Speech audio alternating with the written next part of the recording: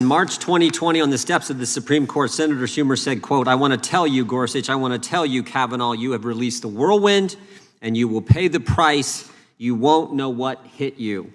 April of last year, the Democrat chairman of the House Judiciary Committee introduced legislation to add 4 associate justices to the United States Supreme Court, to pack the court. May 2nd of this year, the draft opinion of the Dobbs decision was made public. The next day, May 3rd, the very next day, attacks on churches, crisis pregnancy centers begin.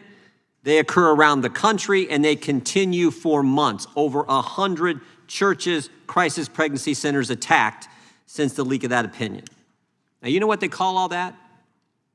You know what all that's called? Intimidation. Threats against Justices Gorsuch and Kavanaugh, threats to pack the court, leaking of an opinion, and attacks on churches, a concerted effort by the left to intimidate the highest court in our land. And I didn't even mention the lies told about Justice Kavanaugh in 2018 during his confirmation process. I didn't mention when Senator Joe Biden and Senate Democrats drove Justice Alito's wife to tears during his confirmation hearing. And I didn't mention the Democrats on this committee who have for the last year attacked Justice Thomas and his wife. And now today, a hearing about 8-year-old secondhand hearsay. 8-year-old secondhand hearsay from a witness who for 18 years took money from pro-life donors, $30 million, and then this year, all of a sudden remembers, just weeks after the Dobbs leak happened, that 8 years ago, he heard that at a dinner party, Justice Alito told his guests that they would like the Hobby Lobby decision. Just now remembers that. Mr. Schenck wasn't there. Justice Alito said Mr. Schenk's story is not true. The dinner guest said Mr. Schenk's story is not true. The Supreme Court said Mr. Schenk's story is not true. Politico said, quote, "We spent several months, attempting to corroborate Schenk's claim, but were unable to locate anyone who heard about the decision from Alito or his wife before its release." Let me just say that part of that again. We were unable to locate anyone who heard about the decision from Alito before its release.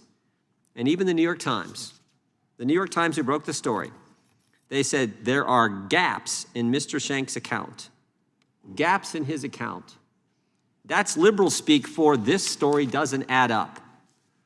But I'll tell you something that did happen.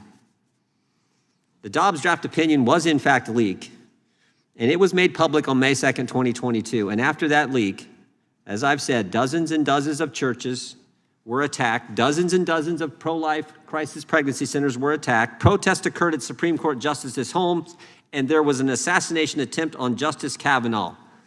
But to date, in this Congress, not one hearing in the House Judiciary Committee about that leak.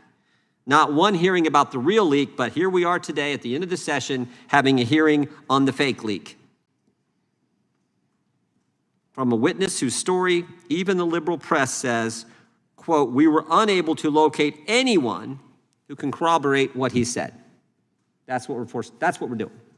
So I hope maybe in the last week or two of this session of Congress, maybe we can begin to look into what happened with the Dobbs decision, how that leak took place. I think that would be something that would merit our time and attention. I would also point out this, Mr. Chairman, before I yield back.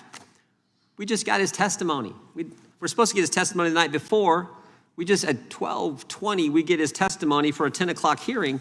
It'd been nice if we'd had that as well. With that, I yield back.